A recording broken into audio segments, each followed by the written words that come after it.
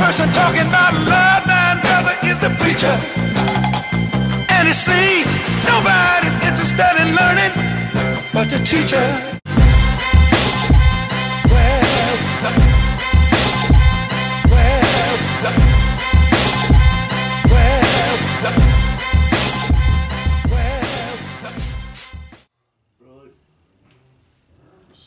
Just stretching. Oh, wait, is the restroom that way? It's that way. Like how you're both taking a shit on me. It's weird. Alright. It's kind of like some R. Kelly shit. Hey, Chalk Talkers. This is episode 4 of Chalk Talk. Today we're going to be talking about lifting gear for the raw lifter. But first, before we get going, you guys do anything cool this week? Well, look who decided to show up. Oh, hey. You son of a bitch. What's up? Hi. Hey, today we are joined by the one and only Jeff Pearson. How's it going? It's up bright and early, 8:47 a.m. Hey, we're supposed to be at here at 8, right? Yeah. Right. Okay, so it's just a little bit late. So that's going well. Hey, Jeff. Yeah. Do you know where a good vet is? A vet? Yeah. What Because do you these mean? puppies are sick. You gotta be shitting me. Like, really? Oh, yeah. I showed up for this? Yeah. Alright, guys, well, good podcast. You're making us all look bad. So real quick, I don't know if you guys have been watching the TV at all. I don't know if you two follow basketball, but we are getting ready for the NBA Finals. It's about to kick off. I know this isn't a basketball podcast, but we got the Golden State Warriors going up against the Cleveland Cavaliers. Does anybody want to make a prediction? I'm so excited about this. What do you think? Well, here's the thing, is I'm never going to discredit LeBron James. I think that guy can single-handedly win any game that he chooses to, right? I'm really disappointed that he's in the finals. But how exciting is it that Golden State is finally in the finals? The last time they were in the finals was like 1974, 1975, right, when Rick Barry played on their team, right? I'm excited because I think Steph Curry, when he came into the league, Steph Curry was like, oh, he's an undersized shooting guard, but he's no good at playing point guard. This guy's going to suck. And MVP this year, and he has single-handedly taken out the entire Western Conference, which is by far the hardest conference in the NBA. It's definitely, watching Golden State play was the team at the beginning of the year. I thought, like, oh, we'll just wait for them to fizzle out. After the All-Star break, they'll start missing. The defense will fall apart. And, oh, don't worry, we'll let you talk about it. No, I did not sign up for a sports podcast. We'll talk about the tug toner in a minute. I specifically I thought we just were. You're talking about basketball, yeah. pop toner, what's the difference? So I'm just saying, I think, my prediction, 45 minutes I'm saying late, 6 games. Golden State takes it in 6. LeBron can't beat a full team by himself. We learned that last year when he lost to San Antonio. 6 games, Golden State takes it. I'm going to up the ante here, and I'm going to say G-State in 5. I think if it goes 6 games, you're looking at LeBron James having a triple-double with 40 points and 20 rebounds. So nice. I see if it goes 6 games, he'll be taking over. Yeah. So it's got to be done in 5 by G-State.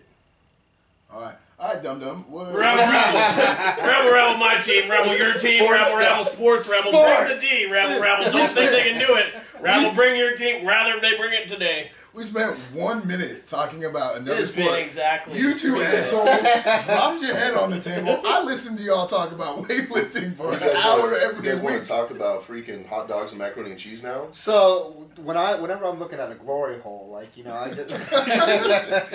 You're really looking for what's going to come out of the hole. Right, We know what side you're on. I just like how, like, I've literally failed at every possible sport I've ever tried. Like, and I'm a mediocre powerlifter, and that's still probably the thing I've done the best at. That's why I was like, yeah, that will be my thing. We will podcast about it.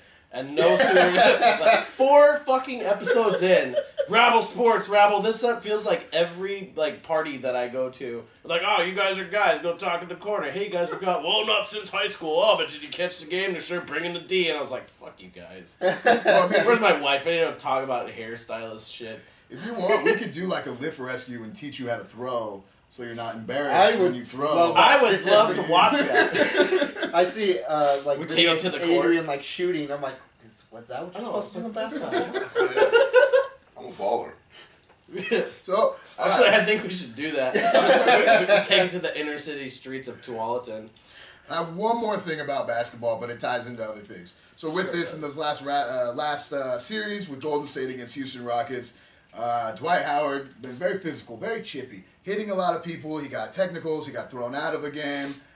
I'm kind of curious, in your guys' sports, or what other things have you guys gotten in fights in or tussles? I know both Adrian and I have played in an adult basketball league where we've been thrown out of games and gotten technicals because we get way too aggressive with that. But is that something you guys ever had that happen at like a strongman competition or No. I don't know, bodybuilding or any competitions that you've done? You have anything like that? No? Adrian, what do you think your best time that you got thrown out or kicked out of a sporting event that you were participating in, not viewing, but participating in? Do you have a good story? Yeah, and I have a couple of them. One is playing basketball in high school. I got put in. The coach really didn't rely on me that much, and so I was getting very limited minutes. I got put in. I was bringing the basketball up because I was the point guard, and the team that we were playing against took advantage of how slow I was and started full court pressing me. And so I saw the full court. Can we break from, say, like hypothetically, I didn't know what full court pressing was? It just means that they're going to start defending me as soon as I get the ball and I'm dribbling it up the court. Obviously, you really don't know what you're supposed to do here, Jared, because what you're supposed to do is whenever people start talking about sports, you just do that. Like, I have no idea what he's talking about, but I'm just sitting here nodding like, good point. Okay. Let's get back to this cool story. So they full court pressed me. I picked the ball up because I don't want them to steal it. I'm getting very limited minutes. I don't want to have a turnover. And while they're defending me, the guy pushes me down. I fall down. Right, and as I hit the ground, I throw the ball to my teammate, and the ref blows his whistle and says, "You travel." Basically, in basketball, if you fall on the ground or you're laying on the ground with the ball, you're not allowed to move. You could just get rid of the ball, and apparently I moved. And I got up, and I was like, "You got to be fucking kidding me! That's stupid." Mm-hmm. And the ref had turned to the scorer's table to call the turnover, and I threw the ball at his back. And so he turned around, blew his whistle, and kicked me out of the game. And so while I was leaving the gym, I decided it was a good idea to turn all the lights off.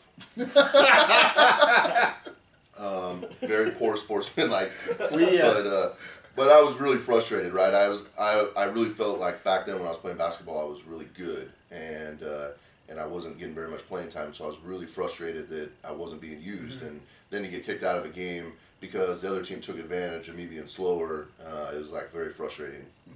We did. I got a kind of a similar story. It was when I was doing like an intramural football team in the Marine Corps, and we were in Japan, and we were like the only Marine Corps unit that was in mainland Japan, and so we got in this intramural league with a bunch of Navy guys, and so we've been just training and practicing and setting up our lines and just really training really hard and heavy, trying to get ready for this league. We're going to just destroy everyone. So we go to the league, we're like, yeah, okay, so I'm going to be the center, and I get set up, and I'm like, ready to just plow through people. I'm like, I'm going to destroy everyone. And they come out and they say, well, we only play two-hand touch.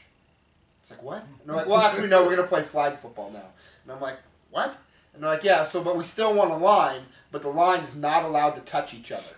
So you literally had to stand with your hands behind your back, stand on the line. They'd say, they'd hike the ball, and you have to just sidestep, try to get in front of these guys. And all the refs were all Navy guys. So they just kept getting mad at us and just kept fouling us out, penalty, penalty, penalty. So finally I just got upset and I was like, this is retarded. So if I'm just going to keep getting penalized, I'm going to make it so I get penalized. So I just set up on the line and actually got down to three-point stance. They hiked the ball and I was on defense. I just speared through everyone, picked up the quarterback, ran him into the stands, threw him in the bleachers. Like, you're out! You're out! You're disqualified! I'm like, fine. I don't care. I still won. You let a seaman throw you out? Yeah. Oh, man. I get thrown out by seamen all the time. Well, it was pile driving some dude. Yeah, pile driving some dude. Seamen's throwing out everywhere. Ugh. This one time, I was in a spelling bee. I was homeschooled. And this is a true story. I lost my spelling bee on the last round because I couldn't spell watermelon. Oh, hold on. You can't spell watermelon? Yeah. First of all, as young little half-black Jared, homeschool Jared, misspelled fucking watermelon at a spelling bee. I'm going to ignore all the great jokes. I could make fun of you for missing that one, except for the fact that you didn't win in a homeschool spelling bee. You lost to your mom.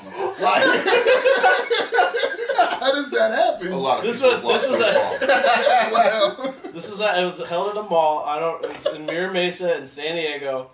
And it was not just against homeschool. Mira Mesa, where's that? It's like an Asian suburb in San Diego. Wow. I'm just a mess. So I also in Southern California, where probably 3/4 of the people don't speak English, you lost. spelling watermelon. How's that for irony? At least you didn't have to spell Amarillo. That would have been No, I would have been able to do that. Can you spell 18th Street Gangbanger? See, I also failed, and this is up here at PCC. I got like a B-, which was failing for me, in online PE while training people for a living. Nice. That's pretty good. Yeah. Wow. See, So I'm very qualified to be. that basketball league we played in, that was where all my good stuff came from too. I chipped my tooth because I got pissed off at a ref. I had the ball. I slammed it down. I slammed it down too hard, and it came flying up and hit me in the face. I chipped my tooth. That sucked pretty bad. And then I forgot about that one. And then, man, we also used to. I remember you'd be in the middle, you'd hit somebody. They'd turn to say something, and as soon as they turned, I would be right behind them to hit them again. Yeah. And we would do that to people over and over again. And I'd just wait. I'd stand on the side. I'd see Adrian swipe at them. They'd get pissed, and they'd turn around. I'd quickly just hit them from behind, give them a little shoulder bump. You like that? All the time. What was fun about that league was hitting from behind. me and Josh really never got to play on the same team, and we were both very competitive. And so going and playing basketball on the same team, it was fun. It was a lot of fun. It was a good time. Pitching and catching and catching So and pitching. let me help you out. Basketball has 2 teams, Okay. right? All And there's right. 5 guys on each All side right. that play against each other. Okay. It's 5 not guys.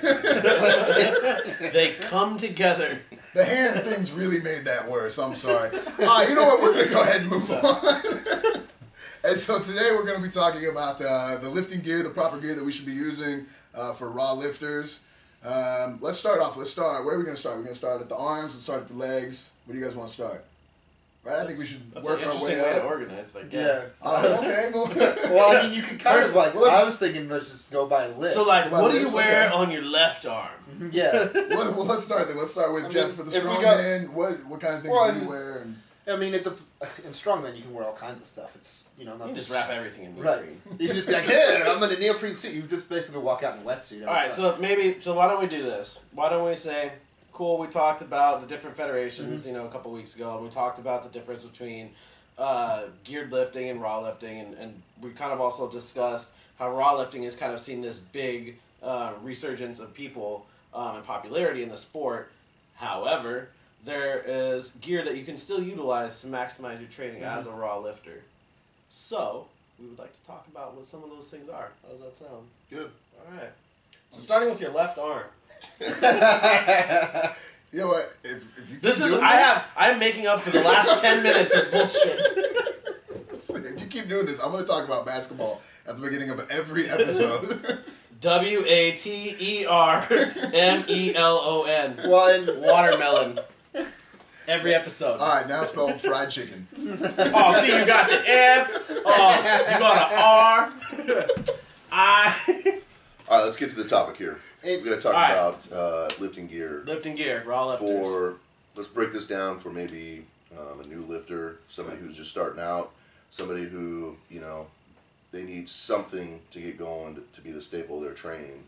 And obviously wrist wraps are going to be the one thing that you're going to need. Yeah.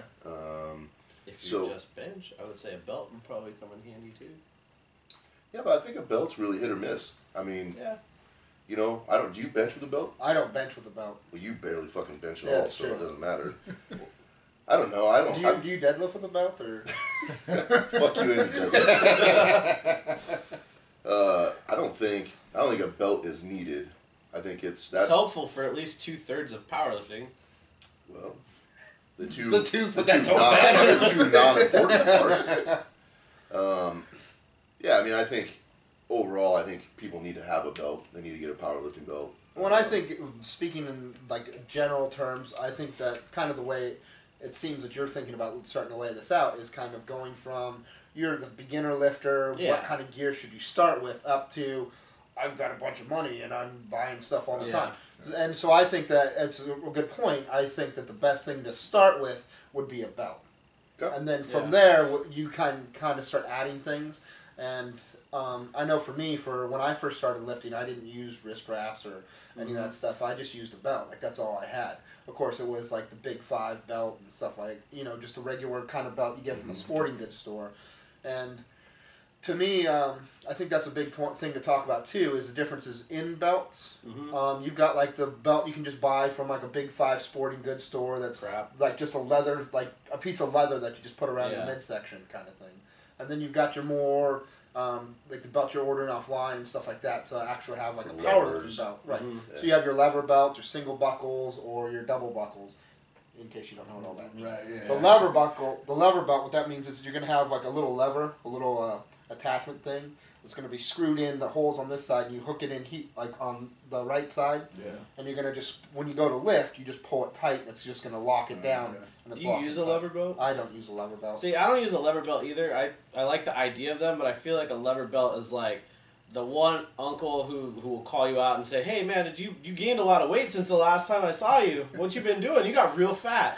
Why don't you walk across the gym, find a toolkit so you can adjust your belt because everyone now knows you got fatter." Well, and I mean, to me, the one of the biggest reasons I don't use a lever belt is because of the differences in, like, when I'm squatting, I want my belt really, really tight. And when I deadlift, I want my belt lighter. Yeah. So with a lever belt, either I'm going to have 2 lever belts or I'm going to have to adjust it in between lifts. Yep. And I like to just be able, especially doing strongman, where you're going to be like, okay, I'm going to do lift here, and then I'm going to run over here in a medley or something. Having a looser belt just comes in handy. And I mean, that's when I also have like my strongman belt that has the like up built, and it's like double layers, and it's the Velcro strap down and stuff like that. Just because it's a little bit lighter belt, but it still offers me that support. You get some support, but you can So still. Jeff, you think that having just a regular powerlifting belt you can pull on your, tighten it yourself is going to be like a dual purpose for squatting and deadlifting. Right. Absolutely. But then also you can incorporate that into your CrossFit training or your strongman training. Right, exactly. And for me personally, I don't like using a 13 millimeter belt. That's the thickness of the belt. So you can get, generally in a powerlifting belt, you're either going to get the 10 or the 13. So 13 millimeter for me is just a little bit too thick. I think the 10 millimeter works great, and there's some federations that won't let you use a 13 millimeter belt. Yeah. So I thought you took 13 millimeters pretty good. Oh, I do. Just when it comes from you. Yeah. But that I still prefer the 10 millimeter. That's why I hang out with Jaron a lot more. What's But up? anyway, I have a 13 though. What would be the difference between a 10 and 13? I'm going out, I'm trying to buy my first belt. 10's gonna be easier to break in for sure, and if you're the 13 will dig into your hips a little bit, especially if, like, I was born without a torso, so like my margin for belt wearing is very small since I've got like maybe 4 inches between my ribs and my hip bone. So the 10 millimeter is gonna be a lot more comfortable. If you're fatter, it also leaves more room for you getting down to the bar in a good position while you're deadlifting. Okay. But the 13 millimeter, just because it's thicker, it's going to offer you a bit more support. It's going to be a stiffer belt typically. Okay. So the bigger thickness will give you more support. You just probably have to work a little harder to break it in and get it to where you want it. and that's exactly right. The 13 is just going to be thicker, and it's just going to be more of a pain in the ass. Okay. And I also found that there wasn't, for me at least, I mean, it definitely got more comfortable as I got less fat, but I also didn't notice a huge difference until I had my squat and deadlift up around 600.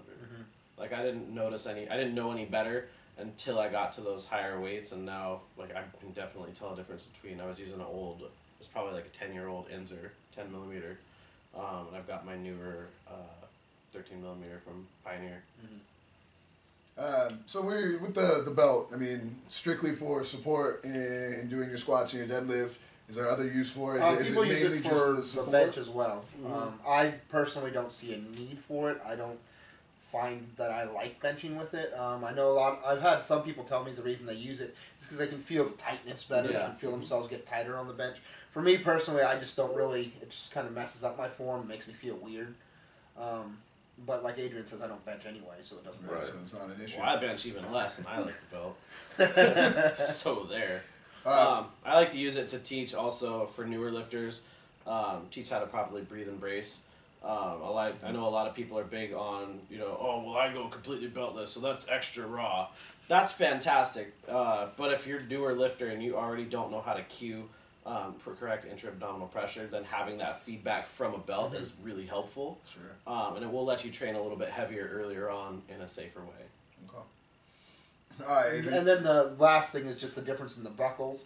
I personally don't like the double prong buckle because I just feel it's hard to get stuck. Yeah, it's hard to get into it. It's hard to get out of it. The single prong, so the buckle itself, it's just you have two or single. That's why it's double prong. It's double prong. Got it. Okay, so that's like twice as many prongs. Right. Whoa. It's just easier for me to adjust with the single prong, and for me personally, that's why I just stick with the single prong. And a lot of that just comes down to your personal preference of if you like the two or you like just one. I like to just go with one. Sure. So. All right, what next? How How about we talk about wrist wraps? Adrian, what about wrist wraps here? He's a little I'm pissed, going in. like, Yeah, he's like, oh, I definitely like wrist wraps. No, that's stupid. It's all right. He's answered 5 emails while you guys were talking. So with the wrist wrap, not talking about brands or anything else like that, but what's something I should go in looking for? Is there something specific that I want out of a wrist wrap? Gangster wraps. Besides, Oh, sorry. I mean, we know the obvious choice is the gangster rap, Right. but let's take the brand name out of it. I mean, otherwise, then what separates the gangster rap from some of the other ones? What is it? Well, for me, and this is going to sound really homosexual, but it's the length, right? 36 inches is what I like. Is what I like my wrist wraps, and that's because how many cycles I can get it around my wrist, and I kind of wrap my wrist a little unique, where I go up a little bit higher. I'm trying to prevent when I'm benching, especially when I get closer to my max weight, I'm trying to prevent my wrist from buckling backwards. I want it to stay straight, keep the bar in line with my forearm. And so with the 36 inches, I'm able to really cinch down on my wrist and really limit the movement. But kind of some of the other stuff that I'm looking for is the thumb loop. Now, how stupid this sounds, but I can't tell you how many times, you're jacked up on all this caffeine, you've got chalk on your hands, you just wrap your wrist, and you can't get the fucking thumb loop off your hand. Right, because it's so tight, and the thumb loop is small. One of the things to look at is getting the new thumb loops that are the size of the entire width of the wrap. And that way, it kind of looks funny when you're putting it on, but it is so much easier just to pull off and let go really quickly. Sure. Versus, I can't tell you how many times I've bent my thumb back, way far, and it hurts while you're lifting, and just one less thing to have to worry about. The one cool thing about wrist wraps, at least that I like, is when I go heavy on any kind of pressing movement, overhead pressing, incline, dumbbells, whatever, you can use these wrist wraps. They're not just for benching. Yeah. And I've also seen, like Courtney, when she does her Olympic lifting, she uses wrist wraps. Right. And for her, she just uses the 12 inches wrist wraps, and that it just gives her a little bit of added support while she's doing, clean and jerk or whatever. That's what I was kind of gonna mention as well. Is kind of like what I talked about on the lift rescue. The Hogan wraps. Right, with the Hogan wraps. I like, when I'm doing a lot of my cleans and overheads and stuff, I like a looser wrap, so I still get the support, but I can move my hands.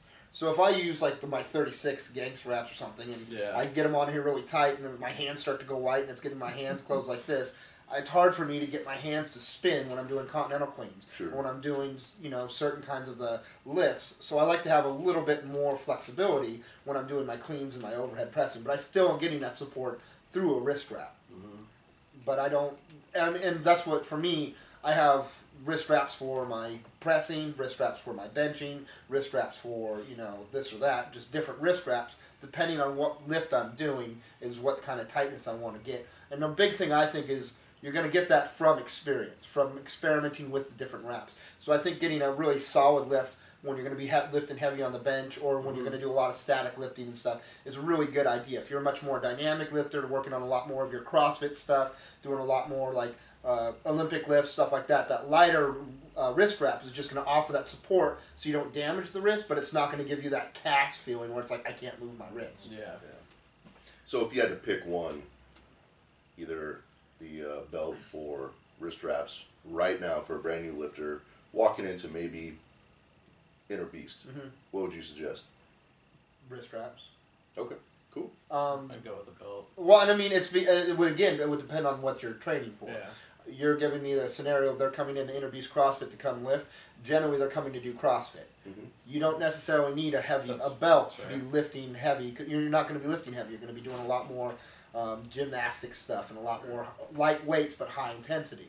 Okay. Or if it was, if we were at like a powerlifting gym, somebody came in to do powerlifting for the first time, then I would say you need a belt. That would be the first thing I would go with.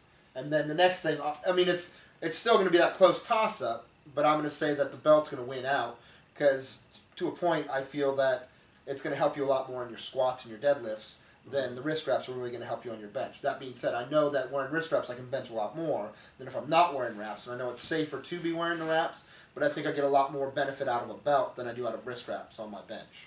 Okay.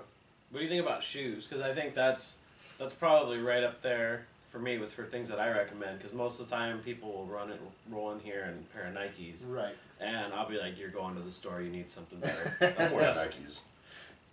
You Larson press. Oh, yeah. Helps with leg drive. Yeah. Well, so what, in a shoe, what do we, because I'm the guy that I show up in my running shoes from the gym. I got a nice pair of Reeboks and I wear those. Like, what should I be looking for a shoe then?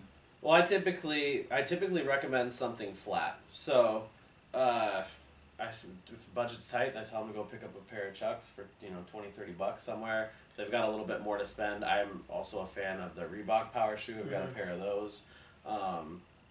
They're good and solid. Like I said, if money's tight, then get a pair of Converse to start because that's going to be the best option for you over something spongy. The reason you want to start with a flat shoe is it's going to allow you to connect with the ground a lot better, so your transference of power is going to be better if you're not having to drive through 1.5 inches of foam. Okay. If you had to catch 1,000 pounds out of the sky, right, do you want to be standing on the ground or do you want to be standing on a mattress? I would think mattress. No.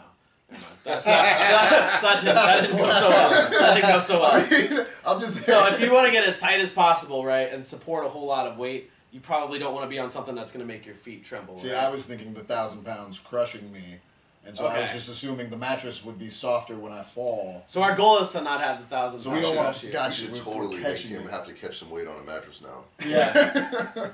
God damn it. Yeah. What I teach mean, him that's his that's a good point with when it comes to like doing a yoke walk. In strongman, if you're going to do the yoke where you've got a bunch of weight and it's going to be on your back and you stand up with it and walk, you really don't want to be doing it with running shoes. When I first started, I used to do it with running shoes, and what happens is that thing of you're on the mattress, so now I'm walking with weight, I'm just going to roll like this. Yeah. Guess what happens? I just rolled my ankles.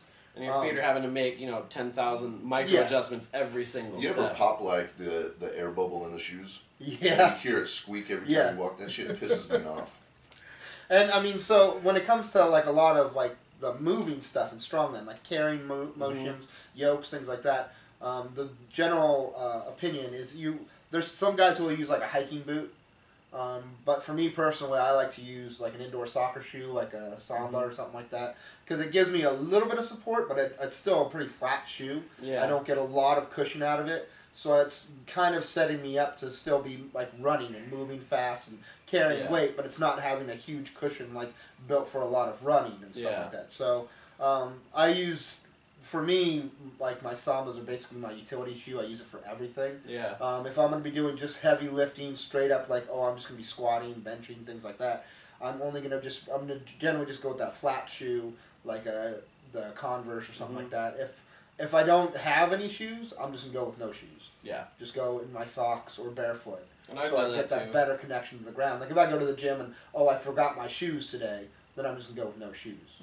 Well, it's funny because there's also been a big kind of trend of people now getting into wearing Olympic shoes for powerlifting. And I have 2 pairs. Yeah. And I've used them kind of more as an accessory thing. I'm starting to like them a little bit more as I use them more frequently. But to get a good pair of those, you're looking at, probably $200. Right. Adidas makes some middle level ones, which are pretty good, but they're still compressible. So you're gonna want to fork out for either like the Adult Powers or the Romaleos or a pair of the like Penlays or something. But you're looking at spending $200 on shoes, and I see a lot of people running around with it's like Louis Simmons says, don't have a $100 shoe for a $3 squat or whatever. Right.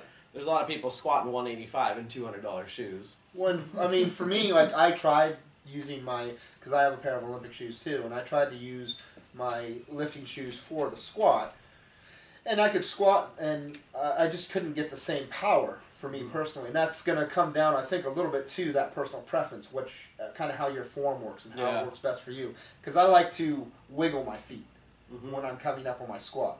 And when I have my Oli shoes on, I can't wiggle my feet because they're just like planted. Yeah. So it makes me fail on my squats a lot more because I can't push through. I'll use my lifting shoes for like the Olympic lifts, for doing my overhead presses, for logs, for axles, things like that. Because it gives me a stable lifting platform to lift off of. Mm-hmm. And I'll use them when it comes to like squatting for like doing a front squat. Yeah, or something exactly. like that. That's kind of where I like them the most. I'm not gonna lie, you guys kind of blew my mind with that one. I never would have, like, hearing the reasoning totally makes sense. Absolutely why you would wear a Converse or a flat shoe. Right. I never would have guessed that. I 100% would have always come in with my running shoes and all that. Never would I have thought that. The logic is absolutely makes perfect sense. Hearing you say it, never would have guessed that. Never would I have thought that. They're smarter than they The look. pair of chucks, they really are. I'm not gonna lie, I'm shocked by them. All right, let's talk about. So kind of what's next up? We've got shoes, we got a belt, we got wrist wraps. Why don't we work on Knee wraps? neoprene wraps, neoprene sleeves, Neoprene? Okay. or knee wraps? The benefit. Okay. So generally speaking, depending on the sleeve you get, because there's 1,000 different sleeves out there. Depending on the sleeve you get, you're going to get the warmth out of the sleeve. It's going to keep your joints warm. And you get a little bit of compression. Be able to get a little bit of spring like out of the hole if you're doing your squats. Or the biggest place I see a huge difference with my sleeves is when I'm in my overhead pressing. So when it comes to overhead pressing, like if I'm doing a circus dumbbell, I like to use the elbow sleeves because it helps me get just a little bit more spring through that press. The circus dumbbell is a big, like huge dumbbell, and it's just you're going to hold it with one hand on one side and press it with one hand. Oh, okay. So that's it's cool. it's just using the elbow sleeve. I find that I get a lot more benefit out of like doing my big presses and stuff. But I'll still use the sleeves if I just want to have a little bit of compression, a little bit of warmth, but I'm not really planning on going heavy for my squats, my pressing. Even on my bench press, I'll still wear like an elbow sleeve. Like if I've got like my elbows just feel wrecked, and I'm like I really don't feel good, then I'll just go ahead and be like, okay, I'll put on a sleeve today just to kind of offer that little bit of compression, a little bit of warmth. But I'm not going to be like, okay, let's go get ready for a contest. Let's be using sleeves all the time. And this is a strongman How do you think that compares to like the slingshot compression cuffs? Because I've dealt with tendonitis now for a couple years, and those things have been just completely priceless for me, being able to actually train and not have that pain in my bicep. And I've not ever used a knee sleeve or an elbow sleeve before. Well, I'm on the other page. I've never used the compression cuffs. All I've ever used is just the sleeves. Elbow sleeves, knee sleeves. I've got like multiply elbow sleeves that I put on, make my hands go numb so I can't wear them for very long. But it's like I can't bend my arms with them, so if I get a lot of load, it's like, okay, now I can press through. Then I've got just a regular kind of single ply-esque. So your strongman training isn't even raw? Most of my strongman training is raw, but when I go to contests, I wear it. Yeah. And then when you talk about squatting though, your sleeve is going to offer a little bit of compression, a little bit of warmth, kind of help protect the joint a little bit more. But you're not going to get out of it what you're going to get with knee wraps. Oh, clearly. You wrap while he was asking what you preface the whole thing with. But maybe like a new lifter, knee wraps would be a little bit too much for them. So you think just getting the neoprene sleeves would I think outside of the context of competing in classic raw powerlifting, there's no reason for someone to be using knee wraps. They will protect and support the joint a little bit, but they're not actually good for the knees. Like, you're not saving your knees by tacking down the kneecap and then overloading your body. That's what happened when I first started lifting. I had no idea what I was doing. Just kind of like, I knew what I was doing in terms of my lifting. Yeah. But in terms of gear, and there wasn't anybody to listen to like this, so I could be like, oh, that's what I need for gear. So I just went and got the little white band, white knee wrap. Yeah. And so for me, it was like every time I'd squat, heavy, my knees would hurt. Mm-hmm. So what I would do is, and of course, at the time I was just doing half squat. So what I decided was I need to just start really wrapping my knees to really try to get deeper, try to protect my knees. So when I first was really training, it was like, oh, I'm up to 500 pounds. Let me wrap my knees. And I didn't know when I went to my first my first powerlifting contest. I didn't really know anything of what I was doing. Had no idea. So, but they had to inspect my gear. So I set my knee wraps out, and they're like, "What is that?" I'm like, "Yeah, these are my knee wraps." I'm like, "No." And they're like, "Everybody else is gonna have better knee wraps." I'm like, "What's the difference? These are fine." And they started telling me how they're thicker and how they offer all this different stuff. And I've learned, my whole big point to this whole big rant, is I learned that I've started squatting a lot more without knee wraps, and my squat has gotten, my knees are a lot stronger. My ability to move weight is better than it was when it was like, oh, I'm going to just start squatting all the time with, oh, I've got some weight on the bar, let me go wrap up my knees and do some reps. Now I've gotten this, my flexibility's better, my mobility's better, that whole thing of what I challenge my body to do. I can like go ass to grass on my squats. That means like I'm basically putting my butt all the way down in the grass. Kind of like as if, almost as if your ass were touching the grass. The grass. Right. If you were squatting in a field. Right. Like where you sports at. Yeah. Okay. Not like in the basketball court. Not in the basketball There's court. no grass in that one. Okay. Ball. So anyway, but I mean that's just kind of for me. That's what I noticed, and I think that you're right, Adrian, in the fact that going with like a knee sleeve for a beginner lifter would be better instead of going with, hey, let me wrap my knees really tight because I'm squatting, 180 pounds. And I need to make sure I protect my knees. And I think that the knee sleeves are going to protect your joints a little bit better than trying to go heavy with your knee wraps. And when you talk about knee wraps, for me, again, it's going to come down to that personal preference thing because you have so many different varieties of knee wraps. You've got the 2 meter, 2.5 meter, 3 meter, all these different lengths. For the knee wraps, and that just is going to matter about how much wrap you want on your leg, and also kind of how big your legs are. Then the other thing that you're going to come across is the tightness of the sleeve or the wrap itself. If you get a little bit springier wrap, you can kind of have a little bit more spring out of the hole, or you can go with like a cast wrap. So the wrap itself is stiffer. So when you wrap your leg, it's like I can't move at all until I have like 1,000 pounds on my back. Then I start squatting. Okay, I can go ahead and do it. What wraps are those? Because I sure wouldn't mind. Those are the go fuck yourself wraps. Oh, where do we get those at? But I'm just saying that it depends on. Again, it's going to come down to a little bit of a personal preference. But I say that the sleeves is the best place to start. So for you, do you use your knee sleeves for your elbows as well? Yeah. So it's kind of multi-purpose. So right. maybe this would be a good idea for somebody who new into lifting, maybe is on a budget. They could get away with both of them. Well, kind of talk about what you were talking about with either the compression cuffs or the elbow sleeves. Right. I really like both of them.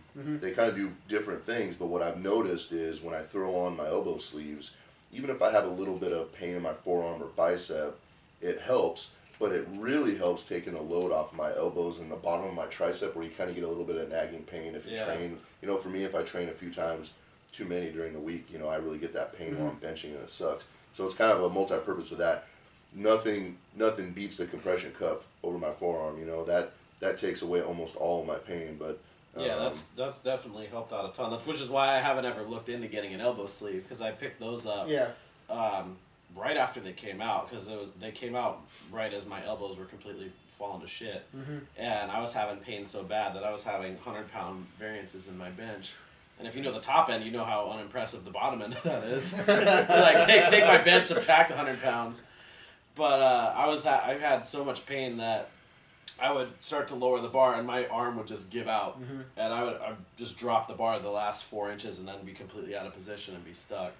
And those have actually let me still be able to train my press. And now I've fixed a lot of things, like my shoulders are a lot more mobile. If I kind of cycle out of doing a lot of heavy low bar squatting in my off season, that lets everything heal up. But those compression cuffs have definitely helped. You guys were talking about with the sleeves. You said that Jeff that it helps with the compression and the heat. Is there one that's better that you prefer more? Like, do you prefer a sleeve that maybe keeps your arm warmer? Maybe doesn't have the compression that some of your other ones do, but it's just a lot warmer, so it keeps things looser. Is there a preference between the two, or? Generally speaking, if I'm going to be doing, if I'm going to a strongman contest, before the contest starts, like generally an hour before the contest starts, I'm going to pull my sleeves on. Not the ones that are super tight and going to make everything go numb. I'm just going to pull on my sleeves that are a little bit looser, but they just offer that heat. So it just starts to loosen up those joints. So as I'm going through my warm-ups, as I'm kind of just stretching out, getting ready to go, my joints stay warm. And generally speaking, I'm not going to take my sleeves off through the whole contest because of the fact that you're going to do a lift or an event, and then you're going to wait for so long before you go do another event, but you still want to stay warm, but you don't want to expend energy staying warm. So I'll use those sleeves to just kind of help cushion myself, keep my joints warm, keep everything on me feeling good and warm throughout the entire contest. So what are some other types of equipment that people can get? And I guess we briefly touched up on the compression cuffs. You think as a new lifter that's something to really jump into and get? Or is that something you wait until you have an issue? I would say get it before you have an issue. too. Yeah. If you can prevent things like tendonitis and all that, then you're a lot better off in the long run than having to make up for it. A lot of it's going to be just making sure you're lifting with good form, because typically, until you're doing things that your body's not necessarily designed to do, if you're getting pain from different movements, you're doing the movement wrong. Right. There's no reason that you shouldn't be able to, squat double your body weight without pain, or bench your body weight, or whatever without pain. It's when you get into that multiple times your body weight, or walking with 1,000 pounds on your back, that you really need to kind of go more the preventative route than the recuperative route, in my opinion. Well, I think that, like we're talking about with the knee wraps and stuff like that, you don't need to be wrapping your knees for everything. And I think that's part of the problem, is people are just getting that, like we were kind of discussing already, people just getting this whole stuck in the, I'm going to just buy every piece of gear. And it's going to, if I buy all this shit, it'll make me a better lifter. And I mean, it's kind of the same as like we were talking about with supplements. Everybody just thinks of all the supplements. Oh, they posted it here. I'm going to go ahead and get that. So to me, what I think, you want to get like a good belt, and wrist straps. You've got those two things, and let's start looking at your different shoes. Then let's start looking at, okay, I've got all that. Let's look at getting some sleeves, elbow sleeves, knee sleeves, the different kinds of sleeves. Then let's start looking at, okay, I've got all that. Let's get some knee wraps. Let's start looking at what I want to get for knee wraps. I've got all those things. Now I think it's when you really start looking into, if your gym doesn't have a slingshot, they should probably fix themselves. But there should be a slingshot at your gym. But I would get that before I'd look into knee wraps. And I think that's a good point too. But I'm just saying that's where you start looking into more, really getting into more like that. When do bands come into play? Bands? Yeah. I mean, that's a tough choice because, like, for me, I love bands, and I use bands a lot for mobility work and just kind of getting warmed up and things like that. But it's also that toss up of I didn't know about bands until I'd already been lifting for years. Yeah. And then it was like, bands made such a difference, make everything better. And I think that it would probably be, I would just say belt, wrist wraps, then your shoes, then look at probably some bands, slingshots, things like that to try to just supplement your training a little bit. And then if you still have more things to get, and it's a big difference with gear than it is with supplements in the fact that you're not going to buy it every single month. Yep. You're going to buy these things and they're going to last you for a long time. So it's even if you're on a budget, it's like, okay, well, I bought a belt. So let's then, wait a month or two. Then in a couple months, I'm going to get some sleeves. In a couple months, I'm going to get this. So then in a few years of you lifting, you're going to walk around like I am, like I'm moving into the gym because I come in with like 12 bags. Like, okay, here we go. So a lot of people don't understand everything that comes into play with this stuff because, you look at the bands, slingshot, and down the road, you might buy a couple different slingshots, different brands, or different strength of them. And then you have your compression cuffs, you have your elbow sleeves, knee wraps, wrist wraps. Then you have your bands, but we haven't even touched on foam rollers, cross balls. Yeah, that's true. The double. I put that actually a lot earlier in too. Yeah, those things are really important too. So, if somebody's looking at jumping into powerlifting or strongman or, even any type of lifting, those are all key components of your training, and it's not stuff, there's not one thing that I just listed out that you go, I could go without that for a while. You kind of really need them all. Yeah.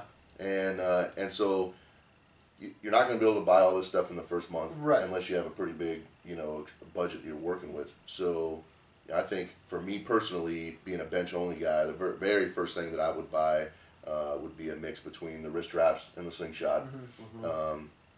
My next thing I would start working on are the compression cuffs, only because of the issues I've had with my forearms and bicep.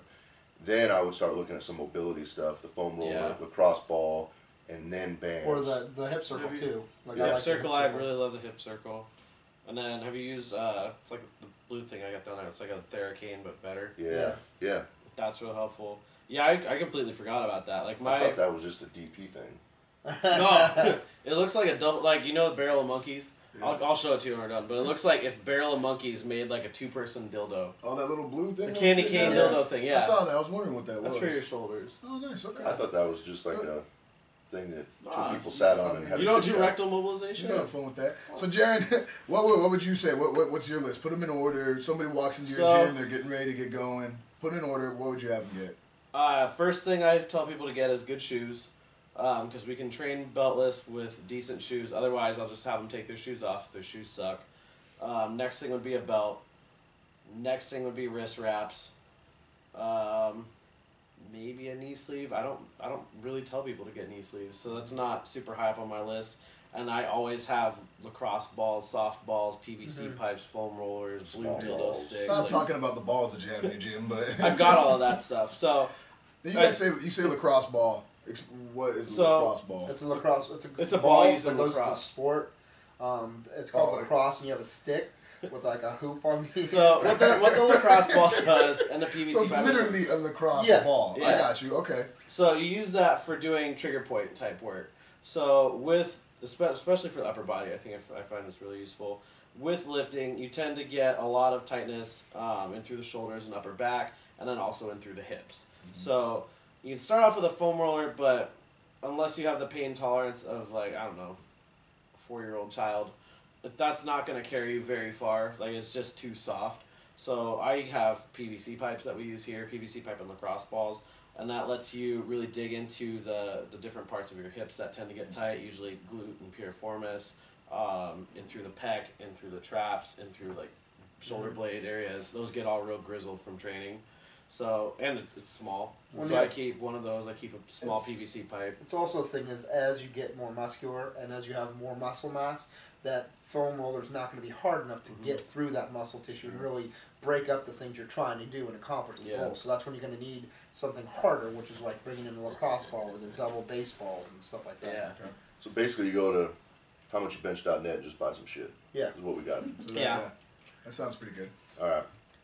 Real quick, Jaron, where are we going to be at? I keep seeing a lot of stuff coming up on Facebook, a lot of upcoming meets. Tell us about those. We got a lot of events coming up. We're getting real close to the Live for Autism meet on June 20th. Seems like we got some really good sponsors on board with that. We got some huge sponsors. We got Slingshot on board. Yep. We got Viso. Viso. The Autism Society of Oregon will be there just to kind of, as an educational piece. People that, I didn't know this, but they actually have a fund set up that, for instance, if your child had autism, they have a fund set up where you can contact them. They will set up somebody to come watch your child and give you money to go out on a date night. That's awesome. With your significant other. That's really awesome. And I think that's cool. And one of the things I think a lot of people don't understand is how much time somebody with autism needs from their parents, right? They need quite a bit of extra attention and time. And so to have kind of funds like that set up and cool things for their parents to do is huge. So they're going to be there to kind of help out, give some information. Gatorade is sponsoring the event, That's really along with Hammer Strength, Sports Nutrition Center, Animal. So we have a ton of cool sponsors on board.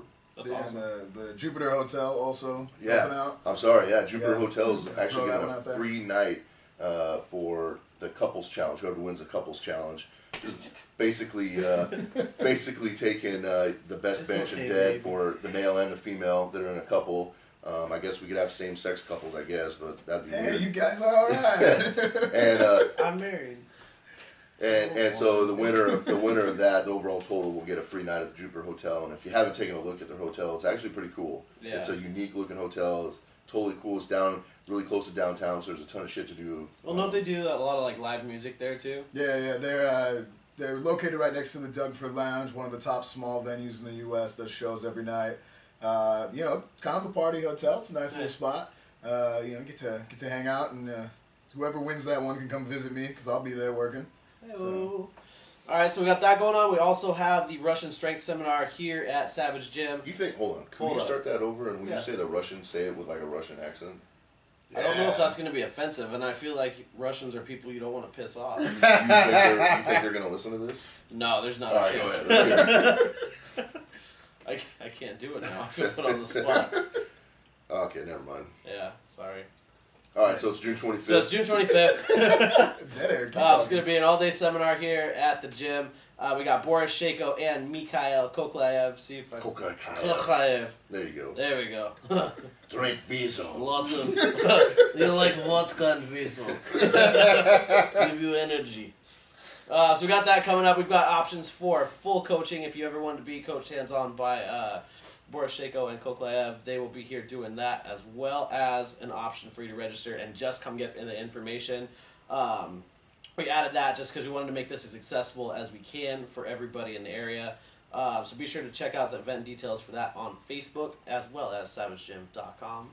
This will be, and just so we're clear here, this will be something that people will probably never have another opportunity to see this. So if you're like kind of thinking, should I do this or should I maybe wait till the next time? There most likely will not be a next time. Yeah. So take advantage of this now. Get the knowledge. If you got to buckle down, maybe go on Craigslist and look for some something to make some extra money. Whatever you got to do. You can always just go to Adrian's page and find some things. That is true. You make some extra money, but come in and definitely take advantage of this, because this is stuff that in your lifetime will most likely not happen, and if it does happen again, you're going to be paying a lot more money. So yeah, take advantage of it now. Well, that's $150 is not much. That's what I was gonna say. Like Koklayev is like one of my heroes in lifting. He's like the guy that I've always been like, that's who I want to be. You know, he's a champion Olympic weightlifter. He's a champion, in powerlifting. He's a champion. Like, he's been the world's strongest man multiple times. I mean, he basically in strength sports, he's done everything. So. Well, and then just Shako is just the godfather. Right. The reason that we lose to Russia in everything involving lifting something. Yeah, Rocky beat the Russians. Oh, he did. If he dies, he dies. Yeah. Damn The Russians, they had So all the computers. 1, 2, 3, 4, 5. Balboa? Yeah, whatever. September 19th, UPA meet here at Savage Gym. Be a full power meet. That'll be a fun experience. That's gonna be awesome. We're gonna have some kick-ass trophies. Entry forms are gonna be up on the event page here soon on Facebook. We'll also spread it out to a few different gyms in the local area to try to get a bunch of lifters. We will cap that, so make sure you get your entry fees in early. Yep. Vendors, we're gonna have some cool vendors here. We have some awesome vendors. Vizo is gonna be here. They're gonna be walking around, throwing out some free shit, giving out some free energy drinks, some free T-shirts. They'll be doing some contests, some demo stuff. We're also gonna have food cart. Yep. We'll have food on site here, as well as there's a good chance we're gonna have some drinks too. So if you want to get a beer, and I'm gonna go out on a limb here and say I'm gonna get fucked up. there's a good chance. So that's okay. The podcast studio used to be a condo. Yeah. So you can just live up here. Awesome. Or I'll take you home with me. Fire marshal will be cool with that. Yeah. Oh, so speaking of that, completely not related. So I did have my fire inspection, right? So this should give you a lot of faith in the entire city of Tigard. So my smoke alarm battery died the 2 days before he came in for the inspection. My ceilings are like 25 feet up. I'm not such a fan of climbing ladders, especially when as I'm going up the ladder, it says 225-pound weight limit. I was like, fuck this. So I'm going up this ladder. The thing's trembling like this. I pull it out. I was like, okay, cool. I'm going to run to the store, grab a 9-volt battery, because all fucking smoke detectors take 9-volt batteries. Get back in here at AA's. Only smoke detector I've ever seen in my life that doesn't take a 9-volt. I was like, screw this. I am not climbing up this ladder again. I already did it once. I'm done. Monday morning, first thing, first deployment, he comes in. Misses the smoke detector. It's not up. He's looking at the ceiling, doesn't care. I have exposed wires. He comes up here and sees the trash bags taped to the lights. There's no lighting, 5 things to trip on, more exposed wires. Doesn't care. I have exposed wires downstairs. Doesn't care. The only things that I have to fix, or I have a door lock that takes 2 keyholes, or a keyhole on each side. Wow. I'm still stuck on the smoke detector battery died. But hold on. So that thing beeps, right? When the battery's dead, that's why beeps. I took it out, because I was like, it was driving me nuts. Oh, so I was you like, took the whole thing out. I was like, I took the whole thing off the ceiling. I hate when you sit there, when you hear that, especially if you're at somebody else's house, and you can hear 2 doors down, that thing beeping. That is the worst sound in the world. Who can deal with that? Here's the thing I'm more concerned about, right? Like, it's one thing, you can't spell watermelon, but you're afraid of heights also. Like, it's got to be one or the other. Can you at least Well, jump? not really. No. You were just killing yourself. I kind of at one point half landed a 52-inch box jump, but it was ugly. I have the video. Actually, that should be our fail video because I was also wearing Vibrams. Oh my Man. It was bad. What other stuff we have going on? Anything else? UPA meet, Lift for Autism meet, Russian Strength seminar. We got a seminar August 1st. That's coming up. As we get That's a little coming up closer, real fast, we'll get more get out details more for that. information and how to access that. You can come meet us and touch us in real life. Yeah. See we're real You can people. meet us? You're Who's gonna be meet us. touching? Like, I'll touch Adrian. Yeah. For I was free. just gonna well, I say, mean, like, that's fun. Y'all do that. Don't touch. there is the Might Meet Makes Right meet. Yeah, the XPC. meet, August 29th. Where's that at? Linwood, Washington. Okay. So again, it's a Arnold qualifier. So if you want to lift in the Arnold, you can just go ahead and qualify, get that qualifying total there. You could probably hit that. Well, I think 440 bench. based on our other episodes, we could just start our own federation and qualify for Arnold here. JPF. Yep. Jaren's Powerlifting Federation. I am the current all-time, all-weight class world record holder in the JPF. I'm the strongest person in the southern part of Tigard, Oregon. With wrist wraps, compression cuffs, elbow sleeves. Yeah, that's that 2 meter raw classic 13 millimeter belt. Raw classic. Yeah. Okay. Okay, enough of this. So looks like we're going on to what, a video to make fun Yeah. of? Let's look at our fail video. This is Colby Strunk, which I'm sure he'll appreciate this. Him and his new little training program. But anyway, so Colby, a couple years back, wanted to use a slingshot for the first time, and it went miserably wrong. I told him to bring the bar down slow, press straight up, and get a feel for the slingshot before you do anything else. And this knucklehead puts on sub-max weights and decides to just crush whatever. 365? Yeah, 365. He looks like he This weighs is a like bad 160. start. This is a bad start here.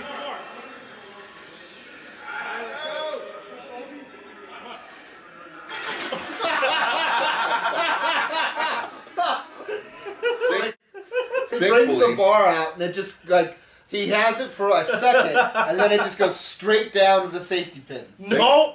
Thankfully, what happens with him is that we had the safety racks there, right? So Yeah. it actually saved his life. That bar would have landed on his throat Yeah. and probably killed him. It wasn't here. I mean, he brings that bar up at his throat. Yeah. So the funny part about this, you know, as I'm videoing it, I'm laughing so hard I'm crying because I tell him specifically, hey, feel it out. Yeah. Go a little bit lighter. Bring the bar down slow. You know, don't do this. Yeah. Don't make me look stupid. So anyway, hey Colby, if you're listening to this, maybe you can incorporate this in your new little training program. Slingshot bar drop? Yeah. Slingshot Skull Crusher negative. Should we lift rescue it? I need to lift rescue it. Oh, God. So what else we got going on Listen, do today? we have any questions from Facebook that we need to answer? That's a fantastic question. I'm really glad you asked that. We have a couple of questions that I got asked over the week. One of them is, what is the best accessory movement following the bench? And it kind of seems this is kind of a redundant question. Jaron and I were putting together a series of bench variations. 6 videos in. Yeah, and so there's a ton of videos on there. If you had to pick one, you know, if you had to look at everything that we've put out there so far and just pick one pressing variation after you're done benching that is going to be the most beneficial, it's the dead pin presses. Yeah. For raw lifters, you need more speed off your chest. Right. So as you're pressing, a lot of people say, hey, I'm getting a sticking point right before my lockout. Do I need to work my lockout? I need to do board pressing. I need a stronger lockout. That's false. The reason you're failing close to your lockout is because you don't have enough speed off your chest. So to incorporate more speed off your chest, You just need to bend the bar. Yeah, bend the bar and get some ridiculous online coaching, I guess. I don't know. When you say dead pin press, what's the difference between a dead pin press? What is that? So a dead pin press is setting up typically in a squat rack. You have the safety pins set in right at your chest level. So the bar is starting on your chest. The idea is you're taking away all the momentum of the bar coming down, touching your chest and going back up. Yep. You're starting specifically right on your chest, and you have to press up. This is a very difficult move. Typically, you're going to be working with weights right around 70, 75% of your max, and that's if you've been doing it for a little while and you're getting the the explosion off your chest. So the whole idea behind this is just to incorporate more speed. You're making the lift as difficult as possible. It's like a box squat for your chest. Basically. Wow. There's 5 jokes I just thought of. You're all about the box today. You know what? I'm well rested. My head trauma is healed. I'm like Wolverine. Look at how much better that is. wow. I can't remember who How asked come your this, face didn't get but fixed? somebody asked about different grips while benching. Listen, for my personal opinion, I don't think there's one type Train of all of grip, them. right? Specifically for me, I like to go a little bit more narrow. I feel like that's where I'm the strongest. But man, I've seen people lift, very impressive weight, wide grip. So I don't know that there's one answer. I think whatever's comfortable for you. What do you think of like doing a reverse grip bench? Yeah, I think adding in different types of variations to your pressing is good, right? I think the reverse grip is dangerous. I think you need to stay lighter weight. That'd be more of a volume exercise for me. I don't do that very often. I've tried it, but that's a risk benefit thing. Yeah. Me. Like I was like, I feel how it would work, but it's You're not just, Anthony Clark. It's just so much more dangerous. And for what, hit your pecs better, use a dumbbell. That's There's so many ways that you could get better overload and better training effect than that are not gonna kill you. Well, that's kind of what my thought was. Like, I only asked because I just want to know what you thought about it. Because me personally, I don't ever do it. Because I'm just like, there's not enough benefit for it for the amount of risk I'm taking on this.